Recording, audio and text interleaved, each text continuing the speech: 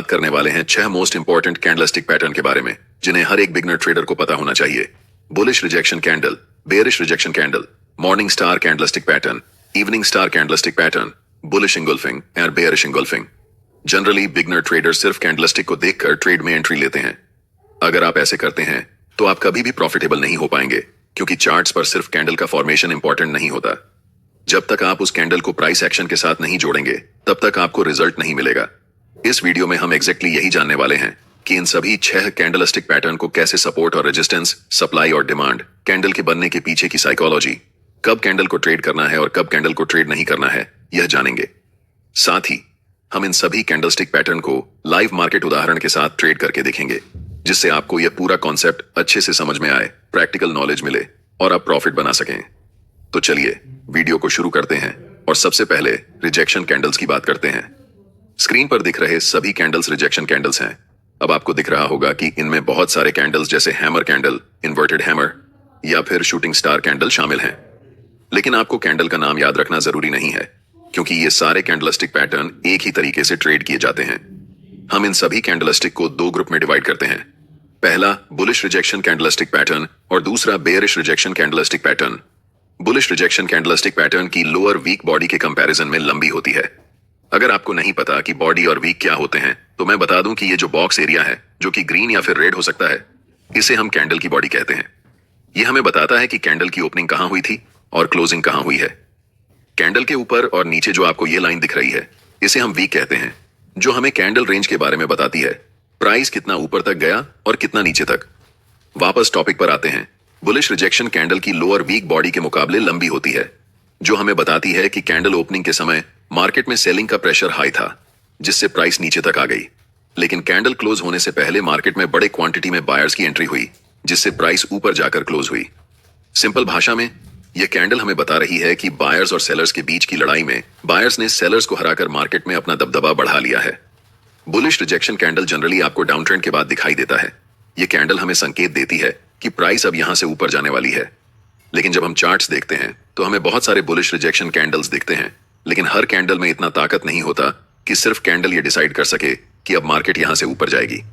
इसीलिए हर एक अनुभवी ट्रेडर सपोर्ट, रेजिस्टेंस या फिर सप्लाई और डिमांड का हेल्प लेता है।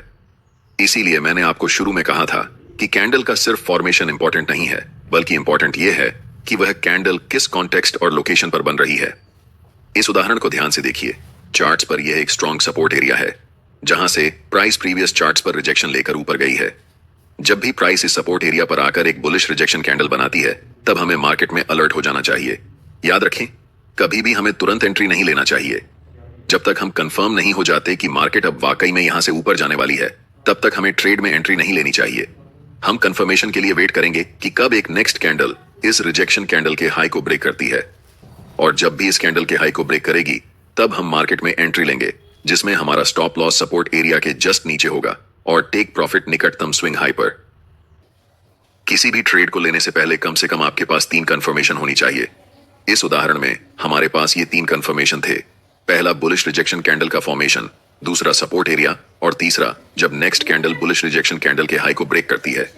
अगर आप सिर्फ इन 3 कंफर्मेशन को ध्यान में रखकर ट्रेड लेंगे तो आपके ट्रेड्स में प्रॉफिट होने का चांस बहुत ज्यादा बढ़ जाएगा। दूसरा तरीका जिससे हम कैंडलस्टिक पैटर्न को ट्रेड कर सकते हैं, वह है जब मार्केट अप ट्रेंड में होती है। इस उदाहरण में प्राइस हायर हाई बनाते हुए ऊपर की ओर बढ़ रही है। हमने आपको पिछले वीडियो में डाउ थ्योरी के बारे में बताया था कि प्राइस कभी भी एक दिशा में लगातार ऊपर या नीचे नहीं जाती। पहले प्राइस रैली करती है, फिर पुल बैक होता है और फिर से रैली करती है। यही मार्केट का स्ट्रक्चर होता है जिसे हमेशा फॉलो किया जाता है। इसलिए जब भी प्राइस अप ट्रेंड में हो और रैली फेज में हो, तब हमें मार्केट में एंट्री नहीं करनी चाहिए। हमें वेट करना चाहिए कि प्राइस कब पुल बैक लेती है, और जब पुल बैक पर हमें कोई बुलिश सिग्नल दिखता है, जैसे इस केस में हम बुलिश रिजेक्शन कैंडल की बात कर रहे हैं, इस पुल बैक के ऊपर हमें एक ट्रेंड लाइन ड्रॉ करनी है, और जब चार्ट पर हमें बुलिश रिजेक्शन कैंडल दिखे, तब हमें अलर्ट हो जाना चाहिए। याद रखें, अभी हमें ट्रेड में एंट्री नहीं लेनी है। जब भी अगली कैंडल ट्रेंड लाइन को ब्रेक करके उसके ऊपर क्लोज होती है, तब हमें मार्केट में एंट्री लेनी है। पिछले वीडियो में हमने डिटेल में बताया था कि मार्केट में फिबोनाची टूल का कैसे इस्तेमाल किया जा सकता है। इसमें हमने बताया कि इस टूल का उपयोग करके आप ट्रेड में एंट्री और एग्जिट कैसे कर सकते हैं। इस तकनीक को आप तब इस्तेमाल कर सकते हैं जब प्राइस अप ट्रेंड या डाउन ट्रेंड में हो। एंट्री के लिए हम फाइबोनाकी रिट्रेसमेंट का उपयोग कर सकते हैं और ट्रेड से एग्जिट करने के लिए अपना टारगेट सेट करने के लिए फाइबोनाकी एक्सटेंशन का इस्तेमाल कर सकते हैं। अगर आपने वह वीडियो नहीं देखा है तो इस वीडियो को देखने के बाद उसे जरूर देखें, जहां हमने डिटेल में बताया है कि यह टूल क्या है, ट्रेड में एंट्री कैसे ली जाती है और एग्जिट कैसे लिया जाता है, सब कुछ ए से जेड तक। फिबोनाची एक्सटेंशन में हमारा टारगेट इस प्राइस पॉइंट पर आ रहा है, इसलिए हम यहां तक अपना टारगेट रखेंगे। मैं चाहता हूं कि आप ध्यान से देखें कि इस चार्ट पर क्या होने वाला है। प्राइस लगातार ग्रीन कैंडल बनाते हुए ऊपर की ओर जाती है और हमारा टारगेट हिट हो जाता है। मैंने जो आपको इतना सारा चीज बताया, इससे आप सिर्फ बुलिश रिजेक्शन कैंडल में ही नहीं, बल्कि जितने भी प्रकार के बुलिश कैंडल्स होते हैं, जैसे morning star, bullish engulfing, hammer candle आदि, सभी कैंडलस्टिक पैटर्न्स के साथ इसे अप्लाई कर सकते हैं। अब इसके ठीक उलट हम बेयरिश रिजेक्शन कैंडल को ट्रेड करना सीखते हैं। इस उदाहरण को ध्यान से देखें। चार्ट पर यह एक पोटेंशियल रेजिस्टेंस एरिया है, जहां प्राइस पहले रिजेक्ट होकर नीचे की ओर आई थी और फिर से वापस उसी लेवल के पास प्राइस जा रही है। हम वेट करेंगे कि कब प्राइस इस रेजिस्टेंस एरिया पर एक बेयरिश रिजेक्शन कैंडल बनाती है। कैंडल के फॉर्मेशन के बाद जैसे ही अगली कैंडल उस कैंडल के लो को ब्रेक करेगी, तब हम मार्केट में सेल पोजीशन के लिए एंट्री लेंगे। यहां भी हमारे पास 3 कंफर्मेशन है। पहला, कैंडल का फॉर्मेशन। दूसरा, हमारे पास एक स्ट्रॉन्ग रेजिस्टेंस एरिया है। और तीसरा, जब बेयरिश रिजेक्शन कैंडल का लो ब्रेक होता है। इसलिए इस ट्रेड में एंट्री करना हमारे लिए कम रिस्की है और यहां पर हमें प्रॉफिट होने के चांसेस ज्यादा हैं। अगली उदाहरण में प्राइस लोअर लो बनाते हुए नीचे की ओर जा रही है, जिसका मतलब है कि प्राइस क्लियरली अभी डाउन ट्रेंड में है। ऐसी सिचुएशन में जब डाउन रैली चलती है तो हम उसे चलने देंगे और बीच में एंट्री नहीं लेंगे। हम वेट करेंगे कि प्राइस कब रिट्रेस करके ऊपर की ओर आती है, और जब प्राइस ऐसा करेगी तब हम पुल बैक के नीचे एक छोटी ट्रेंड लाइन ड्रॉ करेंगे। जब वहां हमें कोई भी स्ट्रॉन्ग बेयरिश कैंडल दिखेगी, इस केस में हम बेयरिश रिजेक्शन कैंडल की बात कर रहे हैं, तो हमें अलर्ट हो जाना है। और जब भी अगली कैंडल उस ट्रेंड लाइन को तोड़कर नीचे क्लोज होती है, तब हमें मार्केट में सेल पोजीशन के लिए ट्रेड एंट्री लेनी है। इसमें हमारा पहला टारगेट नजदीकी स्विंग लो होगा और अगले टारगेट के लिए हम फाइबोनाकी एक्सटेंशन का उपयोग कर सकते हैं। बात करते हैं बुलिश इंगुल्फिंग कैंडलस्टिक पैटर्न की। यह कैंडलस्टिक पैटर्न 2 कैंडल से मिलकर बना होता है, जिसमें पहली कैंडल रेड कलर की होती है और दूसरी कैंडल ग्रीन कलर की। ग्रीन कैंडल का आकार पहली रेड कैंडल से बड़ा होता है। इस कैंडल के पीछे की साइकोलॉजी ये होती है कि सेलर्स मार्केट को डोमिनेट कर रहे थे, जिससे प्राइस नीचे गई। लेकिन एक खास प्राइस लेवल को टच करने के बाद बड़ी मात्रा में बायर्स की मार्केट में एंट्री होती है और प्राइस को पिछले रेड कैंडल के ओपन से ऊपर जाकर क्लोज करती है। इससे यह तय हो जाता है कि बायर्स और सेलर्स की लड़ाई में बायर्स ने मार्केट में दबदबा बना लिया है, जो संकेत है कि प्राइस अब यहां से ऊपर की ओर जाने वाली है। चलिए इस उदाहरण से समझते हैं। यह एक सपोर्ट एरिया है जहां पर प्राइस कई बार आकर रिजेक्ट हुई है। इसलिए अगली बार जब भी प्राइस इस लेवल पर आकर एक बुलिश इंगुल्फिंग कैंडलस्टिक पैटर्न की फॉर्मेशन करती है, तब हमें मार्केट में बाय पोजीशन में एंट्री के लिए तैयार रहना चाहिए।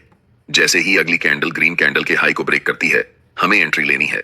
हमारा स्टॉप लॉस सपोर्ट लेवल के नीचे होगा और टारगेट लास्ट स्विंग हाई तक रहेगा। इसी का ठीक उल्टा है बेयरिश इंगुल्फिंग कैंडलस्टिक पैटर्न, जिसमें पहली कैंडल ग्रीन होती है और दूसरी कैंडल रेड। रेड कैंडल का आकार पहली ग्रीन कैंडल के मुकाबले बड़ा होता है।